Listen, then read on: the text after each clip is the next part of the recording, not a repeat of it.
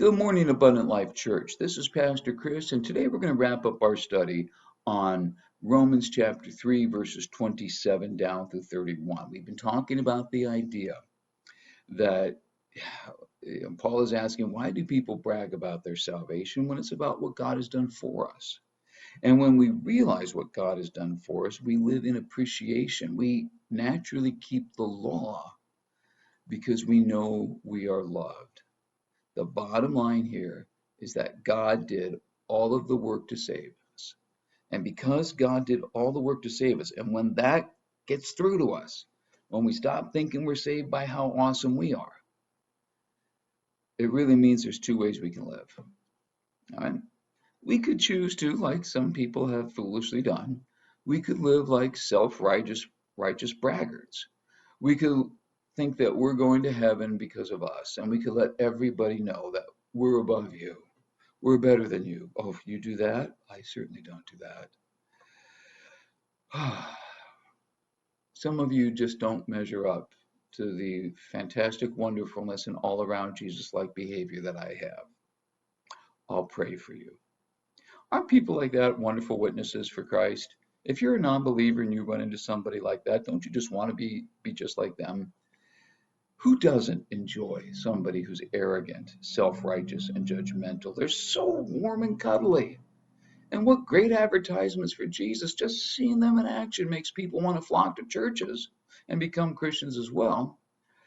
Unfortunately, there's a lot of people who live out their faith like that. This attitude comes again from thinking we have earned something and not remembering that it was given to us by God's grace.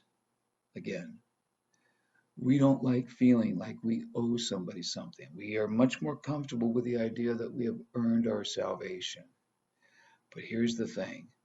We have to depend on what Jesus has done for us. And this brings up the second way to live. If we're not going to live as arrogant people bragging about ourselves, the realization of what Jesus has done for us should make us live a second way. Do you know, in the very first century, the early church, there was slavery.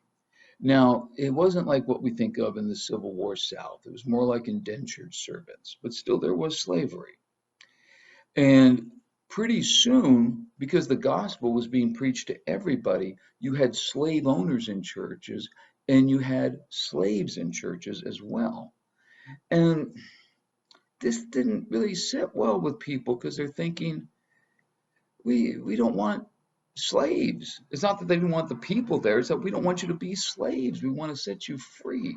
And so the church would buy these slaves from their masters and give them their freedom. Only in that society, slaves were thought of as property.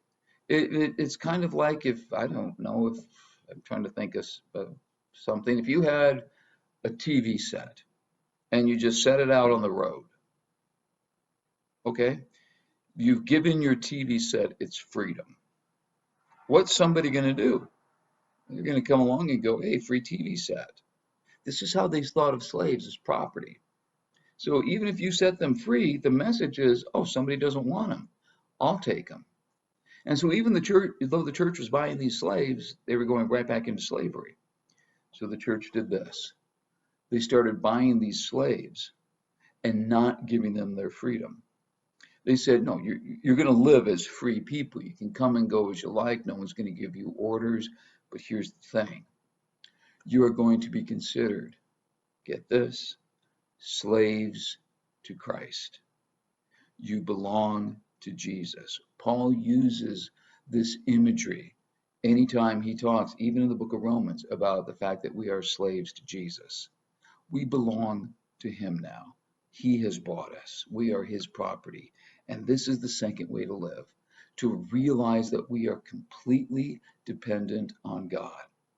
And as a result, we can live in freedom. Think about that.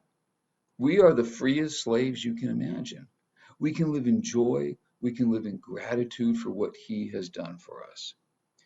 The truth is, we're broken, we're messed up, we're easily damaged people. Oftentimes we feel overwhelmed. We really can't do it on our own. Theologically, it's not designed that way. Realistically, it's not designed that way. We need help. We need Jesus. We need to admit that we can't do it without him. We need to understand that we're not good enough. We can't be good enough. We absolutely need Jesus. And the great thing about God is he wants to give us that help. He wants us to call on him. He wants us to rely on his grace. He wants us to lean our broken selves on him. And when we start seeing God, when we start seeing grace and salvation like that, then at that point, what do we have to brag about?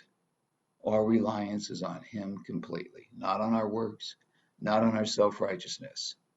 I think real faith comes from constantly reminding ourselves and remembering it's all about what God has done for us. It's all about what God has done for us. Have a great day. We'll see you next time.